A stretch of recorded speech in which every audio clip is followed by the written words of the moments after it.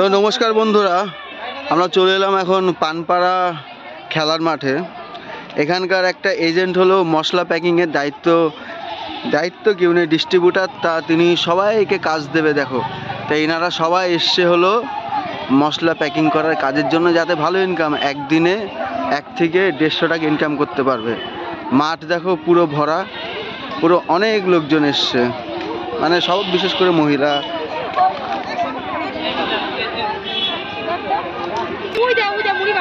তো বন্ধুরা, মানুষজন সব চলে এসছে মাঠের এখানে, সবাই মিটিংয়ে উপস্থিত হওয়ার জন্য।